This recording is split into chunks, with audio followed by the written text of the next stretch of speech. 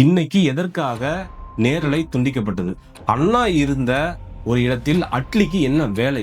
சென்னையில மட்டும் இவ்வளோ கரண்ட் கட் ஆகிறதுக்கு காரணம் டெக்னிக்கல் இஷ்யூ, டிரான்ஸ்ஃபார்மர் ப்ராப்ளம் அப்படிங்கிறது சொல்றதெல்லாம் குழந்தைங்க உடம்பு சரியில்லை, நான் ஸ்கூல் வரலங்கிற மாதிரி இருக்கு. பள்ளிக்கல்வித்துறை அமைச்சர் மதிப்பிற்குரிய ராஜ்மோகன் ஐயா அவர்கள் வாய் ரொம்ப கம்மியா பேசுறாருங்க. பச்சையா தெரியுதுங்க நீங்க எதுக்காக அந்த திட்டத்தோட பேர் மாத்துனீங்க அப்படின்ட்டு. பிஎல்டி பார்வையாளர்களுக்கு எனது மனமார்ந்த வணக்கம். நேற்றைய வீடியோவில் நம்ம சட்டமன்றத்தில் என்ன நடந்ததுன்னு பார்த்தோம். இன்னைக்கு பார்த்தீங்கன்னா மக்கள் ரோட்ல இறங்கி சாலையில் இறங்கி போராடிட்டு இருக்காங்க.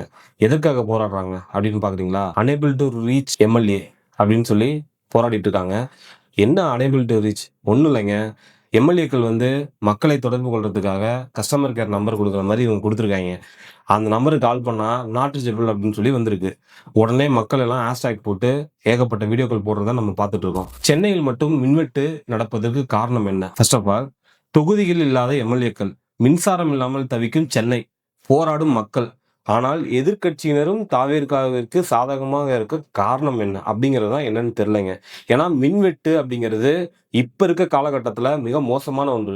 வெயில் பல்ல காமிச்சு அடிக்குது. அப்படி வெயில் முடித்ததுக்கு அப்புறம் இரவுல எப்படி தூங்குறது யோசிச்சு பாருங்க. இப்ப இருக்க மாணவர்களா இருக்கட்டும், கல்வி பயிலும் மாணவர்களா இருக்கட்டும், முதியவர்களா இருக்கட்டும், பிறந்த குழந்தைங்களா இருக்கட்டும், மின்விசிறி இல்லாமல் இருக்க முடியுமா இரவு? மதிய வெயில் அவ்வளோ வெப்பத்தின் காரணமாக இரவு எவ்வளவு ஹீட்டா இருக்கு. எப்படி குழந்தைகள் தூங்கும்? அதெல்லாம் மனசுல வச்சுக்கிட்டு இந்த அரசு தயவு செஞ்சு மின்வெட்டு இல்லாத ஒரு மாநிலத்தை உருவாக்குங்க. பொதுவா சென்னையில மட்டும் இவ்வளோ கரண்ட் கட் ஆகிறதுக்கு காரணம் டெக்னிக்கல் இஷ்யூ, டிரான்ஸ்ஃபார்மர் ப்ராப்ளம் அப்படிங்கிறது சொல்றதெல்லாம் குழந்தைங்க உடம்பு சரியில்லை, நான் ஸ்கூல் வரலங்கிற மாதிரி இருக்கு. இது போன்ற ஒரு கருத்துக்களை தவிர்த்து மின்தடை இல்லாமல் வருவதற்கு என்ன சரி செய்யணுமோ அது செய்தால் மக்களிடையே ஒரு வரவேற்பு பெறும் இந்த அரசு. இல்லை அப்படின்னா மக்கள் மீண்டும் ஒரு போராட்டத்தை தூண்டும் வகையில் இது இருக்கும் அப்படிங்கிறது தான் உண்மையான நிலவரமாக இருக்கு. தயவு செஞ்சு அரசு மிக விரைவில் மின்வெட்டு இல்லாத மாவட்டம் எதுவுமே இல்லை, எல்லா மாவட்டத்திலும் மின்வெட்டு இல்லாத ஒரு மாவட்டமாக தான் இருக்கு அப்படிங்கிறது தமிழகத்தில் நிலவணும் அப்படிங்கிறது தான் பொலிட்டிக்கல் லீடர் சேனலோட ஒரு நோக்கம். அதுக்கப்புறம் பாத்தீங்கன்னா நான் முதல்வன் திட்டம்னு ஒரு திட்டம் டிஎம்கே அரசு கொண்டு வந்துச்சு. அந்த திட்டத்திற்கு பெயர் மாட்டிருக்கு இப்ப உள்ள தாவேக் அரசு. டிஎன் ஸ்கில் கார்பரேஷன் என்று பெயர் மாட்டிருக்கு. எதற்காக நீங்க அந்த பெயரை மாற்றீங்க? இது ஒரு பிரச்சனையா? அதாவது கல்யாண வீட்டுல சீப்பை தூக்கிட்டு போயினா கல்யாணம் நின்றோம் அப்படிங்கிற மாதிரி. ஏங்க, ஒரு பல்லாயிரக்கணக்கான மாணவர்கள் அந்த திட்டத்தின் மூலம் சாதனையாளனாக மாறி இருக்காங்க. அந்த திட்டத்தின் மூலம் எதற்காக அந்த திட்டத்தை நீங்க தூக்குறீங்க அப்படிங்கிறது மக்களிடையே வெளிப்படையாக தெரிகிறது. பச்சையா தெரியுதுங்க நீங்க எதுக்காக அந்த திட்டத்தோட பேர் மாத்துனீங்க அப்படின்ட்டு. இன்னைக்கு இந்த பேரை மாத்துறீங்க. அப்போ நாளைக்கு ஸ்டாலின் ஐயா அவர்கள் கொண்டு வந்த திட்டங்கள் அனைத்துமே நீங்க எடுத்துடுவீங்களா? அதை வெளிப்படைத்தன்மையாக பேசுங்க. உங்களோட செயல்பாடுகள் அதை தான் குறிக்கின்றது. பள்ளிக்கல்வித்துறை அமைச்சர் மதிப்பிற்குரிய ராஜ்மோகன் ஐயா அவர்கள் வாய் ரொம்ப கம்மியா பேசுறாருங்க. ஏன் அப்படி பேசுறாருன்னு தெரியல. என்ன காரணம்னு எனக்கும் தெரியல. கரூர்ல நடந்த விபத்துக்கு பிறகு அவர் ஆளு அட்ரஸே இல்லை. அதன் பிறகு டிவிக்கு பெருவாரியான வாக்கு வித்தியாசத்துல வந்தாங்க. டிஎம்கேவோட ஆதரவோட சிஎம் ஆகிற பொறுப்பு மாண்புமிகு முதலமைச்சர் விஜய் அவர்களுக்கு கிடைச்சது. அதனை வைத்து கொண்டு இவர்கள் எம்எல்ஏவாக ஆனாங்க, அமைச்சர் பதவியில் வந்தாங்க. சந்தோஷம். அதாவது அடித்தட்டு மக்களும் அரசியலுக்கு வர வேண்டும், இந்த தமிழகத்தை முன்னேற்ற வேண்டும் என்பதே தமிழகத்தோட ஒரு வரலாறாக இருந்து கொண்டிருக்கிறது. அது மாற்றம் வந்தது, நாங்கள் ஏற்றுக்கொள்கிறோம். அப்படி ஏற்றுக்கொண்டு நீங்கள் மக்களுக்கு சேவை செய்யறதுக்காக மட்டும்தான் வந்திருக்கீங்க. ஒருத்தரை குறை சொல்வதும் உங்களை ஏற்றி பேசுவதும் அதற்காக நீங்கள் அரசியலுக்கு வரவில்லை அப்படின்னு நீங்க தான் சொல்லியிருக்கீங்க. அப்ப அதுபோல் தான் நடந்து கொள்ள வேண்டும். உங்களுடைய வார்த்தை ஒவ்வொன்றுமே திராவிட முன்னேற்ற கழக அரசை குறைத்து பேசி நீங்கள் ஏற்றிக்கொள்கிறீர்கள். அப்படிதான் உங்களோட வார்த்தைகள் இருக்கின்றது. நேற்றைய முன்தினம் நீங்கள் ஒன்று சொன்னீங்க, 2 வருடமாக சட்டமன்றம் இருட்டெடுப்பில் இருந்தது, நாங்க வந்ததுக்கு அப்புறம் தான் சட்டமன்றம் பளிச்சுன்னு இருக்கு அப்படின்னீங்க. இன்னைக்கு எதற்காக நேரலை துண்டிக்கப்பட்டது? அதற்கு நீங்க பதில் சொல்லுங்க. நீங்க என்ன சொல்லுவீங்கிறது எங்களுக்கு தெரியும். என்ன டெக்னிக்கல் இஷ்யூ அப்படின்னு சொல்லுவீங்க.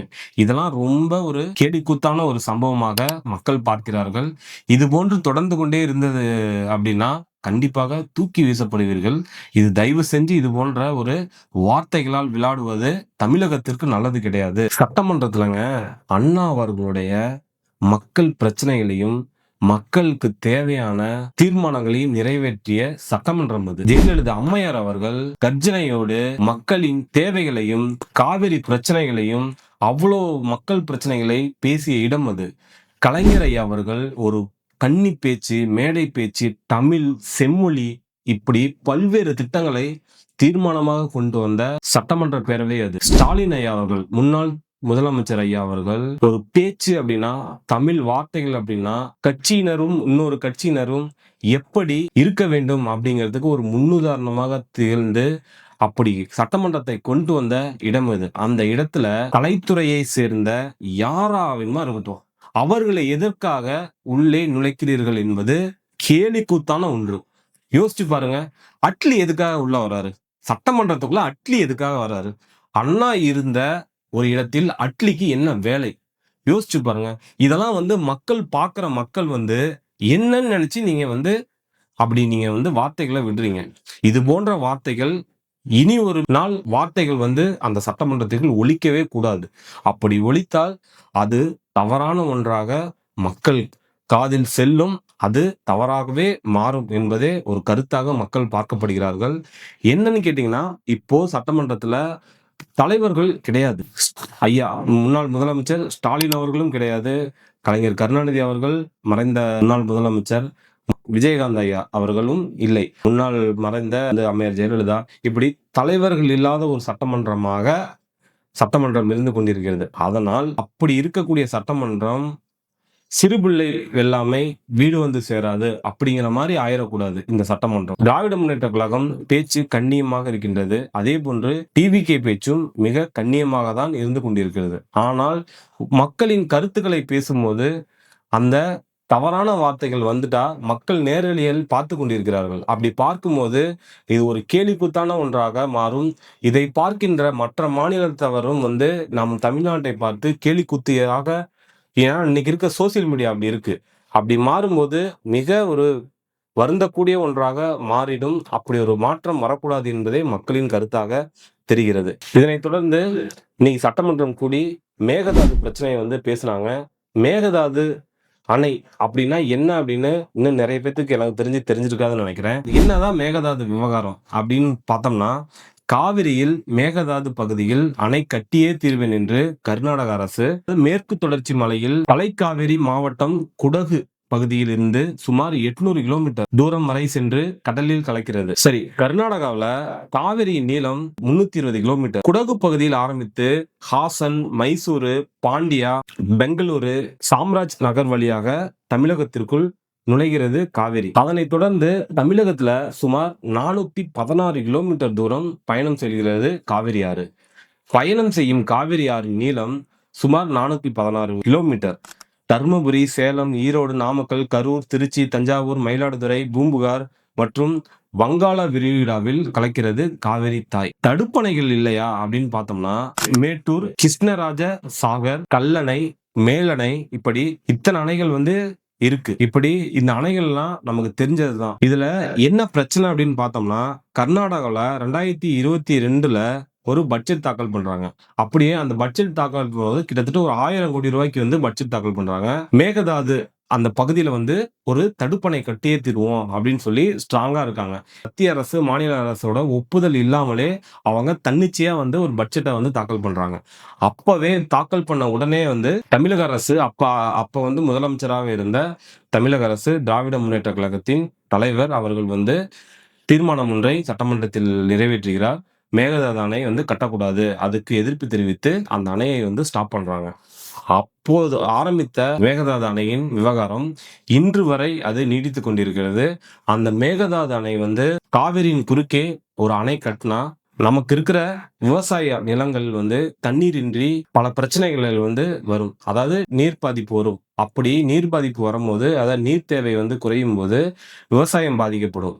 அதனாலதான் மேகதாது அணை கட்டக்கூடாது அப்படிங்கிற எதிர்ப்பு தமிழக அரசு ரொம்ப ஸ்ட்ராங்கா நம்ம கொண்டு வந்துட்டு இருக்கோம். சரி, ஓகே. இப்போ காவிரி ஒருவேளை மேகதாது அணை கர்நாடக அரசு கட்டிடுதுன்னே வைப்போம். அப்ப வேற ஆப்ஷனே இல்லையா அப்படின்னா, உண்மையிலேயே வேற ஆப்ஷன் இல்லை. ஏன்னு கேட்டீங்கன்னா, நமக்கு தமிழகம் மழைநீரை சேகரிப்பு ரொம்ப கம்மியாவே நம்ம கையாண்டு கொண்டிருக்கோம்.